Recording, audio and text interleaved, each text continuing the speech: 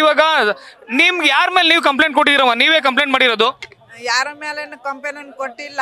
ಈ ತರ ಕೊಲೆ ಆಯ್ತು ಈ ತರ ಅಂತ ಪೊಲೀಸ್ ಅವ್ರಿಗೆ ಫೋನ್ ಮಾಡಿ ಕರೆದಿ ಈ ತರ ಆಯ್ತು, ಯಾರ ಮೇಲೇನು ಕೊಟ್ಟಿಲ್ಲ.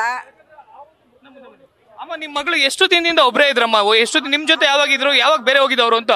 ಅವರು 15 ದಿನದಿಂದ ಅವರು ಫೋನ್ ನಂಬರ್ ಸ್ವಿಚ್ ಆಫ್ ಇತ್ತು. ಅವರು ಎಲ್ಲಿದ್ದಾರೆ ಅಂತ ಏನೋ ಗೊತ್ತಿರ್ಲಿಲ್ಲ ಸರ್. ನಿಮ್ಮ ಹತ್ರ ಕಡೆ ಬರೀ ಯಾವಾಗ ಮಾತಾಡಿದ್ ನಿಮ್ಮ ಹತ್ರ ಅಂತ? 7ನೇ ತಾರೀಕಿಗೆ ಮಾತಾಡಿದ್ದು.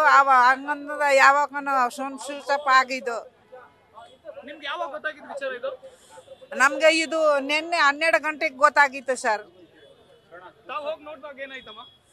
ಏನಾಯ್ತು ಸರ್, ಬಾಗಲ್ ತೆಗ್ದಿದ್ದೀವಿ, ಮನೆ ಓನರ್ ಬಾಗಲ್ ತೆಗಿ ಕೀ ಕೊಡ್ತೀವಿ ಅಂತ ಅವರು ಕೀ ಕೊಟ್ಟು ನಮ್ಮ ಕೈಯಲ್ಲಿ ನಾವು ಬಾಗಲ್ ತೆಗ್ದಿದ್ದೀನಿ. ಬಾಗಲ್ ತೆಗಿ ಎಲ್ಲ ಒಳಗಡೆ ಹಾಲ್, ಕಿಚನ್, ಬಾತ್ರೂಮ್ ಎಲ್ಲ ನೋಡಿ ಆಮೇಲೆ ಫ್ರಿಜ್ ಓಪನ್ ನೋಡ್ಬೇಕಾ ಏನ ಬಿದ್ದಿದ್ದು ಸರ್. ಯಾರು ಮಾಡಿರ್ಬೋದು ಅಂತ ಹೇಳ್ತೀರಮ್ಮ? ಹಿಂಗೆ ನಮಗೆ ಯಾರ ಮೇಲೆ ಅನುಮಾನ ಇರಲಿಲ್ಲ. ಏನೋ CC ಕ್ಯಾಮ್ರಾ ಅಲ್ಲಿ ಏನೋ ತೋರಿಸ್ತಾರೆ, ಹಿಡ್ಕೊಂತಾರೆ. ಏನೋ CC ಕ್ಯಾಮ್ರಾಯಿಂದ ಮಾಡ್ಬೋದು, ಎಲ್ಲ ನ್ಯಾಯ ಮಾಡ್ಬೋದು ಸರ್. CC ಕ್ಯಾಮ್ರಾ ನೋಡ್ಬಿಟ್ಟು.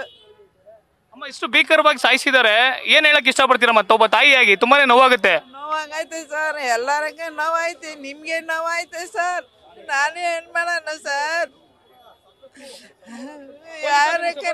ಯಾರಕ್ಕೇನ ಆಗ್ಬೇಡ್ದು ತಾಯಿ ಹೆಣ್ಮಕ್ಳಕ್ಕೆ ಸಾಕಿ ಬೇಡ್ದಿ ಮಕ್ಕಳು ಏನ್ ಮಾಡ್ತೀರಾ ಸರ್? ನ್ಯೂಸ್ ಫಸ್ಟ್ ನಿರ್ಭೀತಿಯಿಂದ ನಿಮ್ಮ ಪರವಾಗಿ.